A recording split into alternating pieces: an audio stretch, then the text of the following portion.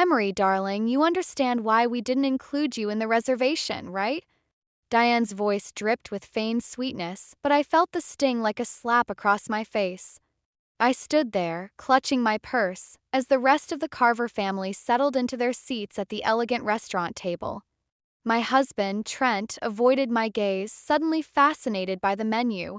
Our son, Liam, looked up at me with wide, confused eyes.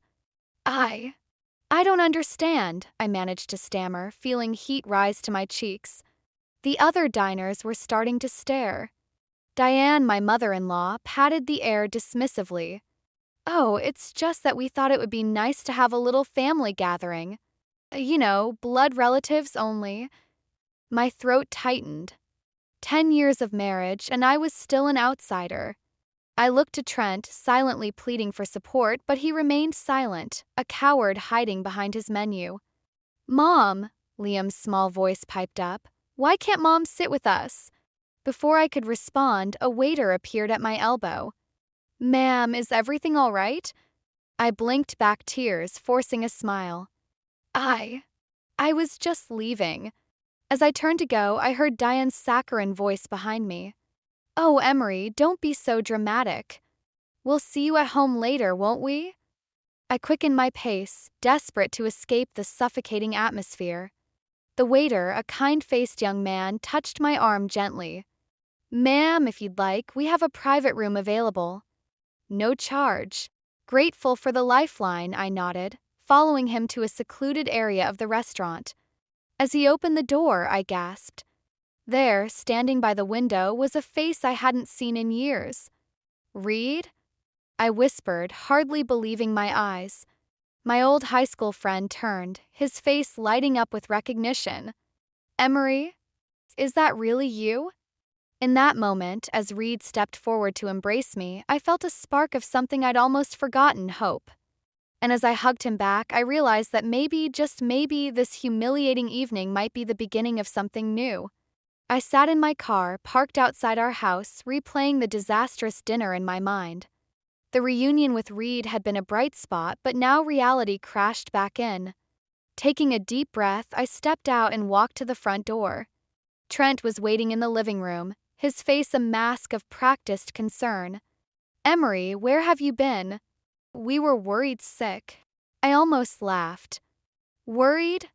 You didn't seem too concerned when your mother humiliated me at the restaurant. He sighed, running a hand through his hair. You know how Mom can be. It's easier not to make a fuss. Easier for whom, Trent? I snapped, years of pent-up frustration bubbling to the surface. Certainly not for me or for Liam. At the mention of our son, Trent's expression softened. Look, I'm sorry. Let's just forget about it and move on. We have that charity gala next week, remember? Mom's counting on us to make a good impression. I stared at him, suddenly seeing our marriage with painful clarity. How many times had I swallowed my pride, plastered on a smile, and played the dutiful wife? The thought of another fake social event, another opportunity for Diane to belittle me, made my stomach churn. I'm not going, I said quietly. Trent's eyes widened. What? Emery, you have to. It's important for my career, for our family. Our family? I laughed bitterly. When was the last time you put our family first, Trent? When was the last time you stood up for me against your mother? He reached for me, but I stepped back. Come on, honey. Don't be like this. You know I love you. But did he? I thought of Reed's kindness earlier that evening, how he'd listened and truly seen me. When was the last time Trent had done that? I'm going to bed, I said, turning away. We'll talk in the morning. As I climbed the stairs, I heard Trent's phone buzz. He answered in a hushed voice, Hey, I can't talk now. No, she doesn't suspect anything. I'll see you tomorrow. I froze, my hand on the banister. In that moment, something inside me shattered. Cracks in our marriage weren't just cracks anymore, they were chasms, and I wasn't sure I wanted to try bridging them any longer. The doorbell rang, startling me from my thoughts. I opened the door to find Reed standing there, a concerned look on his face. Emery, I hope I'm not intruding, he said. I just wanted to check on you after last night. I hesitated, glancing over my shoulder. Trent was out, probably with his mystery caller. Come in, I said, ushering Reed inside.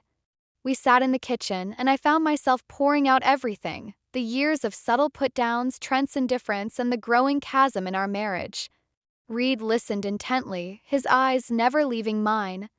Emery, you deserve so much better than this, he said softly. Do you remember in high school when you encouraged me to pursue cooking? You saw potential in me that I couldn't see myself. Now it's my turn to do the same for you. I felt a lump in my throat. What do you mean?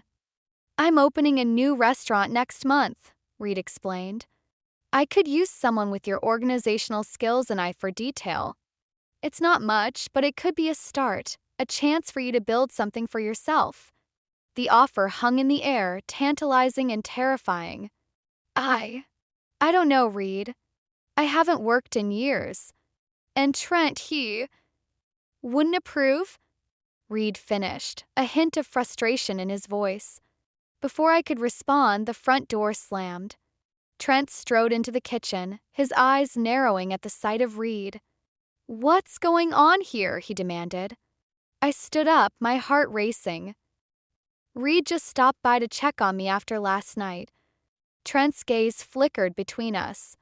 How thoughtful, he said, his voice dripping with sarcasm. But I'm sure he was just leaving. We have family matters to discuss. Reed rose slowly, his jaw clenched. Actually, I was offering Emery a job at my new restaurant. The silence that followed was deafening. Trent's face flushed red. A job? Don't be ridiculous. Emery doesn't need to work. She has responsibilities here. Shouldn't that be Emery's decision? Reed countered. They both turned to me, waiting. In that moment, I felt the weight of years of suppressed desires and missed opportunities. The job offer wasn't just about work, it was a lifeline, a chance to reclaim a part of myself I'd almost forgotten. I took a deep breath, my voice surprisingly steady as I said, I'd like to hear more about the position, Reed. Trent's expression darkened, and I knew the real battle was just beginning. But for the first time in years, I felt a flicker of hope and the strength to fight for it. The next morning, I woke to find Trent already dressed for work, his face a mask of cold fury. So, you're really going through with this ridiculous job idea, he sneered. I took a deep breath, steeling myself. Yes, Trent. I start next week. His laugh was harsh. And who's going to take care of Liam? Or the house? Have you even thought this through? I have, I replied, my voice steadier than I felt. I've arranged for after-school care and I'll manage the house. This is important to me, Trent. He slammed his hand on the dresser, making me flinch. Important? What about our family? What about my career? Before I could respond, Liam appeared in the doorway, his eyes wide with fear. Mom? Dad? What's going on? Trent's demeanor changed instantly, his voice honey-sweet. Nothing, champ. Mom and I are just having a little disagreement about her new job. Liam looked at me, confusion etched on his face. You got a job, Mom? I nodded, forcing a smile. Yes, sweetie. I'll be working at Mr. Reed's new restaurant.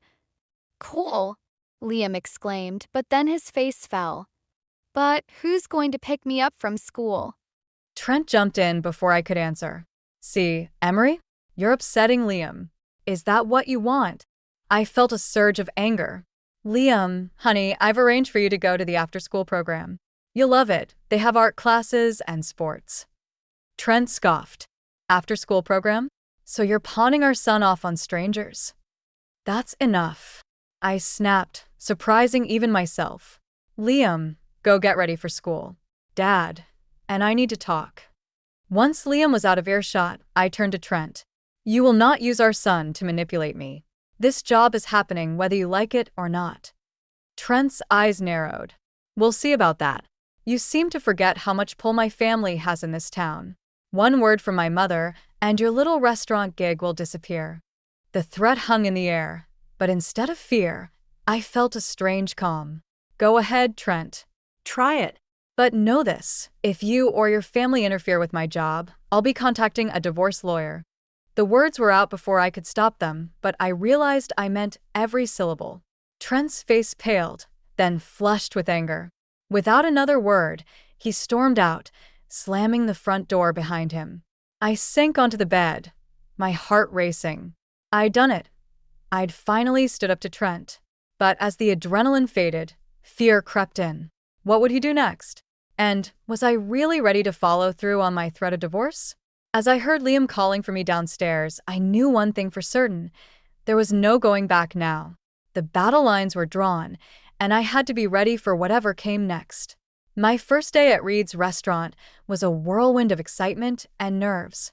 As I tied on my apron, I felt a surge of pride I hadn't experienced in years. Reed's warm smile greeted me as I entered the bustling kitchen. Ready to conquer the world, Emery? He asked, his eyes twinkling. I nodded, determined. More than ready. The day flew by in a blur of orders, laughter, and the satisfying clatter of plates. For the first time in years, I felt truly alive. As we closed up, Reed approached me, beaming. You were amazing today, he said. I knew you had it in you. His praise warmed me, but a nagging worry tugged at my heart. Reed, what if Trent follows through on his threat? What if he tries to sabotage this? Reed's expression hardened. Let him try.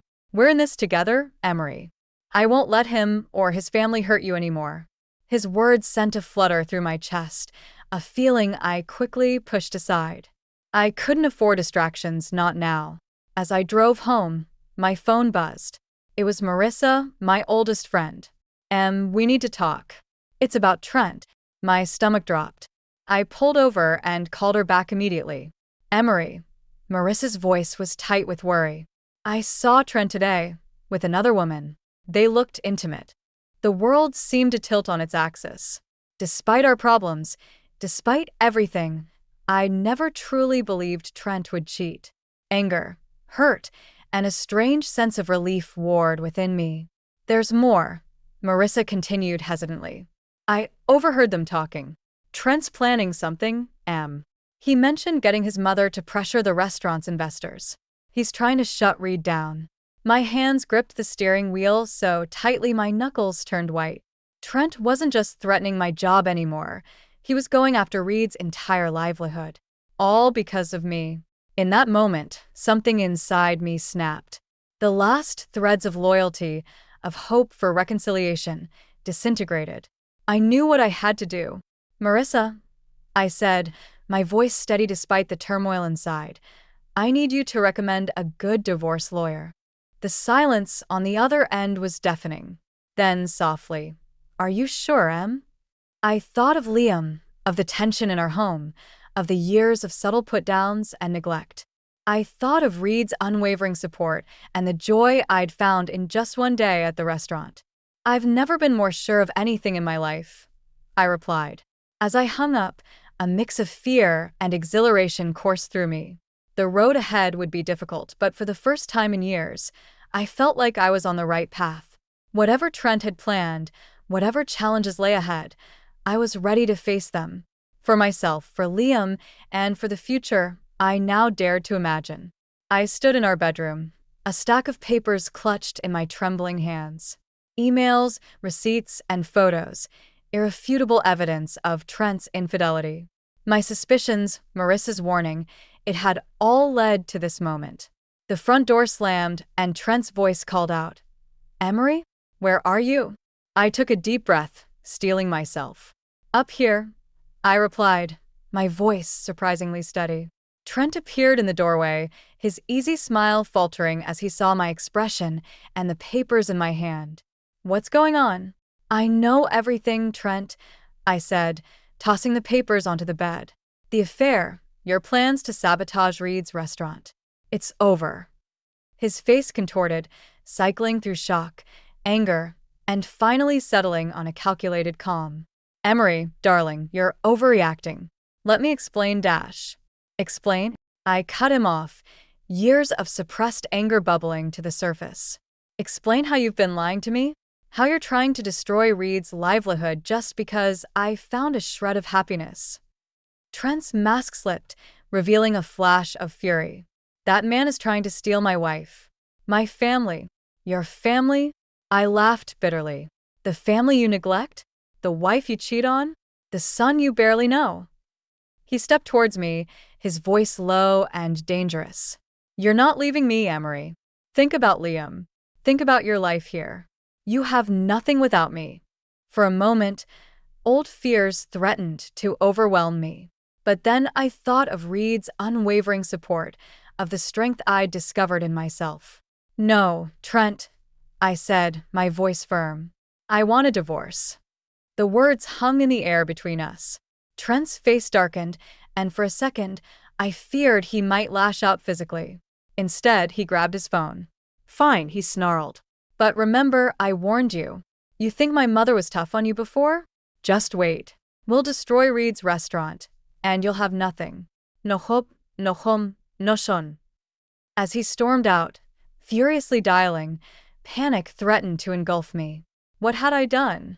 Could Trent and his family really take everything from me? But beneath the fear, a steely resolve took hold. I'd come too far to back down now. Whatever Trent and his family threw at me, I would face it. For myself, for Liam, and for the future I now dared to imagine. With shaking hands, I picked up my phone and dialed. Reed? It's Emery. I need your help. It's time to fight back. The next few days were a whirlwind of chaos and emotion. Reed and his mother, Elaine, had graciously offered Liam and me a place to stay, a sanctuary from the storm brewing at home. As I packed our essentials, my hands trembled with a mix of fear and determination. Just as we were about to leave, Diane and Howard burst through the front door, their faces contorted with rage. How dare you? Diane shrieked, her perfectly manicured finger pointing accusingly at me. You ungrateful little gold digger. After everything we've done for you. I stood my ground, Liam clutching my hand tightly. You've done nothing but tear me down for years, Diane. It stops now. Howard stepped forward, his voice low and menacing. You think you can just walk away? We'll ruin you, Emery. You'll never see a penny of Trent's money, and we'll make sure you lose custody of Liam. My heart raced, but I refused to show fear. Try it, I challenged. I have evidence of Trent's infidelity and your family's manipulation. Do you really want that aired in court? Diane's face paled, but her eyes narrowed dangerously. You little dash. That's enough. Reed's voice boomed from behind me. I hadn't even heard him arrive. He stepped between us, his presence a comforting shield. You've tormented Emery for the last time. Leave now or I'll call the police. Howard sneered. This isn't over. We have friends in high places. Your little restaurant won't last a week once we're through with it. As they stormed out, I felt my knees weaken. Reed caught me before I could fall, his arms strong and steady. It's okay, Emery, he murmured. You're not alone in this.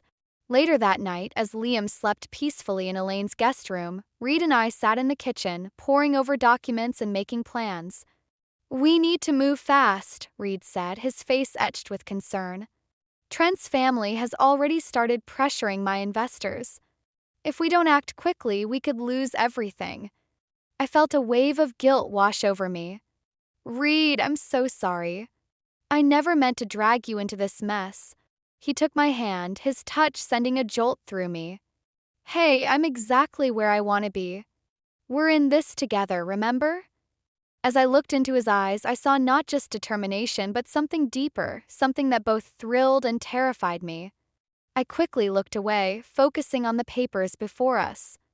So, what's our next move? I asked, my voice steadier than I felt.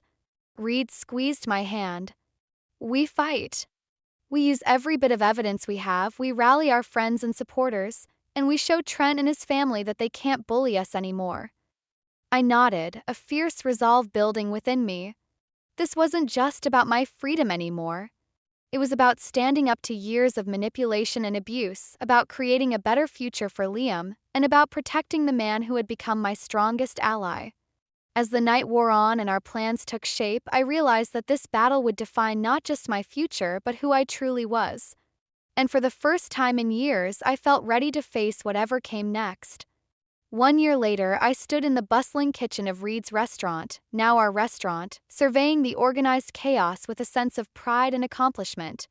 The aroma of sizzling garlic and fresh herbs filled the air, a testament to the thriving business we'd built together. "Order up, Emery," Reed called out, his eyes twinkling as they met mine across the room. I couldn't help but smile back, my heart swelling with a warmth that had nothing to do with the heat of the kitchen. As I moved to deliver the plates, I caught sight of Liam sitting at the counter, homework spread out before him. He looked up and waved, his smile so carefree and genuine that it brought tears to my eyes. The past year hadn't been easy for him, but he'd shown a resilience that made me burst with pride. The divorce had been messy, just as Trent and his family had promised. They'd thrown everything they had at us: legal challenges, smear campaigns, attempts to sabotage the restaurant. But we'd weathered the storm together. Reed had stood by me through it all, his unwavering support giving me the strength to fight back. In the end, the truth had come out. Trent's infidelities, his family's manipulations, it had all been laid bare in court. The judge had seen through their lies, granting me primary custody of Liam and a fair settlement. Trent's carefully crafted image had crumbled, taking his parents' social standing with it. As the dinner rush wound down, Reed approached me, wiping his hands on his apron. "Hey," he said softly, "can we talk for a minute?" We stepped out into the cool evening air, the stars twinkling above us. Reed took my hands in his expression serious yet tender. "Emery," he began, "this past year has been, well, it's been everything. Watching you fight for yourself, for Liam, for us, it's been inspiring. You're the strongest person I know." I felt my cheeks flush, but before I could respond, Reed continued, "I know we've taken things slow, given everything that's happened, but I can't imagine my life without you and Liam in it. So I was wondering." He dropped to one knee, pulling out a small velvet box. "Emery Carver, will you marry me?" Tears sprang to my eyes as I looked down at the man who had been my rock, my partner, my best friend. In that moment, I saw not just our past, but our future, filled with love, respect, and the family we'd built together. "Yes," I whispered, then louder, "yes." As Reed slipped the ring onto my finger and pulled me into a kiss, I felt a sense of peace wash over me.